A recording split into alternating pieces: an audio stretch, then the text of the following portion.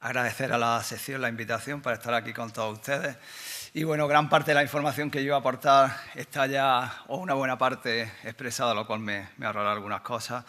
Y cuando hablamos de tendencia, a mí se me ocurre que los que nos gustaba la cardiología intervencionista y nos decidimos por la electrofisiología y no por otra área, era porque nos gustaban las señales, la fisiología y demás. Y aquí veremos que en la evolución de las técnicas actuales de ablación de la fibrilación auricular persistente y en la tendencia hay probablemente tanto de fisiología y de ciencia como de especulación y arte de los distintos grupos, las ideas que han ido teniendo, ¿no? Si vemos la experiencia de este centro, vemos que efectivamente a lo largo de los últimos años cada vez se han hecho más procedimientos de fibrilación auricular persistente. La doctora Arbelo nos ha presentado datos de otras series y en pacientes más complejos, ¿no? Se ha conseguido con los grandes avances tecnológicos que estas ablaciones más complejas se hagan con menor tiempo, menor duración de escopia e incluso con reducción de la tasa de complicaciones. Sin embargo, si vemos la tasa de éxito en cuanto al control de la arritmia, no se ha mejorado. Es decir, parece que la tecnología nos ha ayudado a hacer las cosas más rápido, más seguras, pero sin embargo no hemos conseguido aumentar la tasa de éxito. De tal manera que especialmente la fibrilación auricular persistente, que lleva más de un año, esa que se llama de larga data, algunas editoriales la han llamado como el tumor metastásico de la electrofisiología, porque realmente a los pacientes que nos vienen con estas arritmias no les podemos dar muy buenas noticias, ¿no? Y realmente hasta ahora había mucho desconocimiento del sustrato, poca información y las experiencias realmente eran muy limitadas porque eran experiencias generalmente de un solo centro. De tal guisa que, claro, las guías que nos van a decir, pues que sobre todo en la fibrilación auricular esta persistente de larga data, pues la indicación de ablación es 2B, que quiere decir que el beneficio de la ablación es igual o mayor puede ser que los riesgos, ¿no? Y por tanto, además está basado esto en pocas evidencias, ¿no? Es decir, que no tenemos muy buenas noticias, ¿no? Eso es donde estamos y qué técnica hemos venido utilizando, pues lo que les decía, ¿no? Ha habido abundancia de técnicas que realmente no eran electrofisiológicas y por tanto no individualizadas. A mí esto me suena como si el World Parkinson Wise, pues no sé, en vez de buscar específicamente dónde está la vía, pues dijéramos, vamos a ablacionar los surcos AV y a ver si atinamos, ¿no? Lo cual nos parecería una barbaridad, pero probablemente la fibrilación auricular es lo que hemos hecho, ¿no? Entonces, sabemos que cuando abordamos las venas pulmonares, que ya hemos visto que también son importantes en la fibrilación auricular persistente, la ablación antral más amplia tiene unos resultados mejores que la ablación solo con aislamiento de las venas pulmonares, pero esos resultados no son muy buenos, aunque probablemente la fibrilación auricular persistente de corta data, es decir, aquella que se parece más a la paroxística, ahí los resultados son un poquito mejores, ¿no? Sí que hay casos, aquí les muestro un registro de uno de nuestros pacientes recientes, sí que hay casos de pacientes con fibrilación auricular persistente que haciendo la ablación antral de las venas pulmonares pasan a flutter, mapeamos ese flutter, le hacemos una línea que procuramos que tenga bloqueo y pasan a ritmo sinusal. Lo que pasa es que esto ya sabemos que no son muchos y por tanto se asume en la visión de las técnicas anatómicas no individualizadas que el aislamiento de las venas pulmonares es insuficiente y que hay que hacer algo más. Pero claro, la respuesta es a ¿qué más?, ¿no? Pues entonces el ¿qué más? Ha venido, ya hemos visto ejemplos, a todos los pacientes a hacerle líneas, no porque tengan flutter, sino líneas pensando en que vamos a tratar partes muy importantes en la fisiología de esa fibrilación auricular en ese paciente, o la ablación de potenciales con determinadas características, ¿no? La ablación lineal, pues bueno, va dirigida a tratar el sustrato. La idea, la intención es convertir la fibrilación auricular en una taquicardia auricular o flutter o a ritmo sinusal y se hacen líneas en el techo, líneas en el istmo mitral y muchas veces las del istmo mitral, hasta en un 70% de los casos, precisan ablación epicárdica abordando el seno coronario, ¿no? El problema es que como dejamos líneas incompletas, probablemente para el paciente es bastante peor porque le vamos a generar flutter que va a tolerar peor y luego vean que las tasas de éxito comunicadas pues van, bueno, en ese rango que es indescriptible del 11 al 71%, ¿no? A 1,5 años. Los cafés también pretenden modificar el sustrato. El problema es que si el doctor Atienza, con lo que sabe de esto, no sabe qué son los cafés, pues ya me dirán yo qué les puedo explicar, ¿no?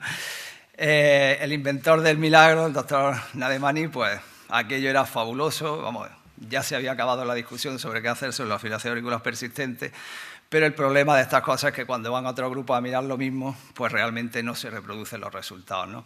Sí que parece, la duda es que no se sabe si es solo por quemar más o porque se quema donde se debe, que cuando se añade a la ablación antral probablemente consiguen mejorar un poquito los resultados. Y ya en esta mezcla de cosas, de esa ablación empírica, de no aprender y después quemar, sino más bien la lógica contraria, ¿no? De vamos a quemar y ver qué pasa, pues ya hemos visto datos de la ablación escalonada, ¿no? Ponemos el tostador a funcionar y empezamos a quemar en escalones y secuencias distintas según los grupos. Estamos hablando de grupos líderes que tienen muchísima experiencia y que también nos comunican unos resultados iniciales absolutamente increíbles que no han podido ser reproducidos por otros grupos.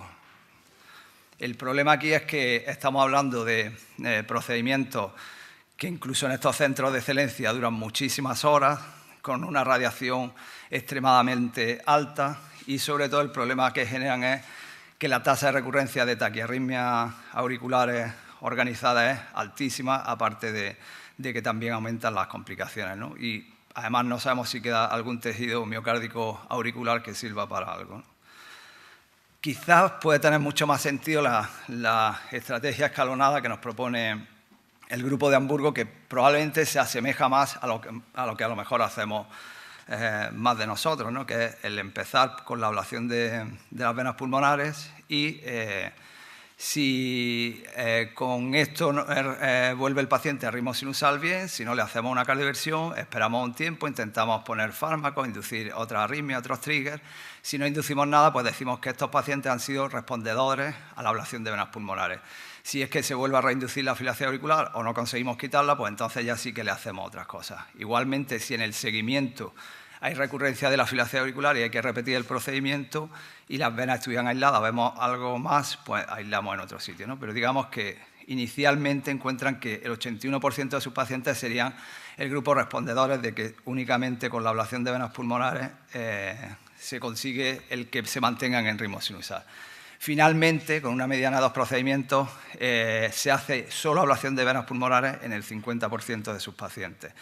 Ven que la duración de los procedimientos y los tiempos de escopia se parecen más a las situaciones razonables de lo que puede ser para un procedimiento de ablación, no son extremadamente extensos. Y en el seguimiento, estamos hablando a 5 años, pues tienen un éxito final solo con ablación de las venas pulmonares que parece, bueno, no es muy bueno, pero para lo que estamos hablando, pues razonable, ¿no? El 47%. Y sí que nos vuelven a decir un poco lo mismo, ¿no? Que la respuesta aguda a esa ablación de venas pulmonares solo la predice la menor duración de la arritmia, que efectivamente los pacientes que tienen una duración de la arritmia menor de 2 años, el resultado de la ablación es aceptablemente bueno, es decir, que sería esa fibrilación auricular persistente que se parece más a la paroxística en cuanto a que no lleva mucho tiempo en persistencia de la fibrilación auricular. Llegamos a esta situación donde hay poco conocimiento, no se individualiza, hay muchas técnicas, lo cual generalmente es malo y los resultados pues, no son muy allá.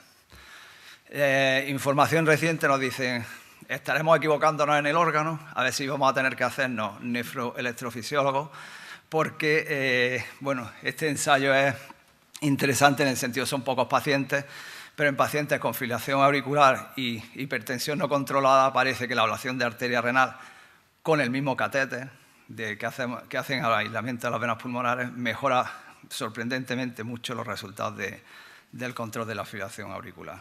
Hay 4 ensayos clínicos en marcha sobre este tema y me ha llamado la atención que en 3 de ellos participa China, ¿no? Lo cual probablemente también es un cambio del paradigma en este sentido.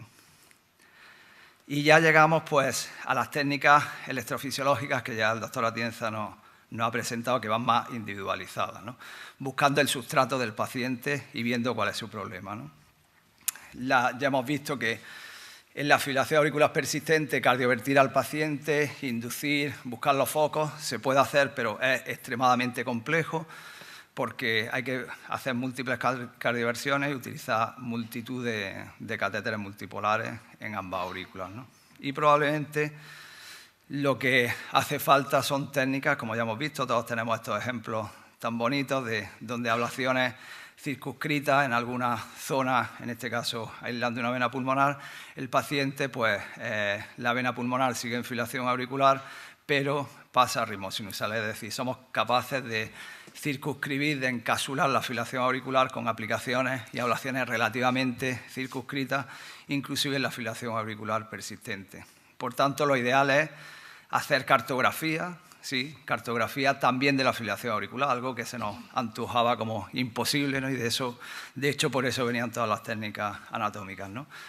Ya hemos visto las dos formas actuales, una donde el doctor Atienza ha aportado mucha información, como son los mapas de frecuencia dominante, y el ensayo radar es una buena muestra del ejemplo del esfuerzo y de que también se pueden llevar a cabo estudios multicéntricos en nuestro medio, y luego lo que el doctor Narayan propone como cartografía panorámica.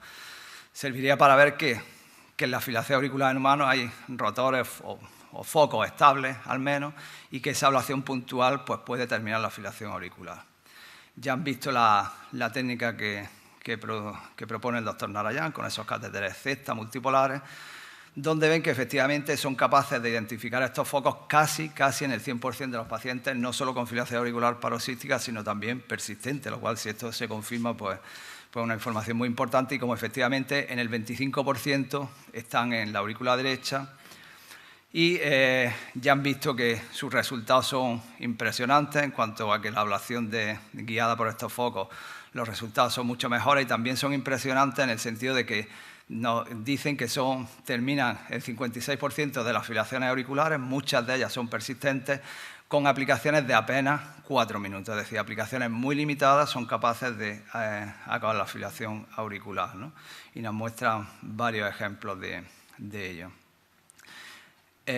Para ir concluyendo, decir que pienso yo que lo lógico será que volvamos de nuevo a la electrofisiología, ¿no?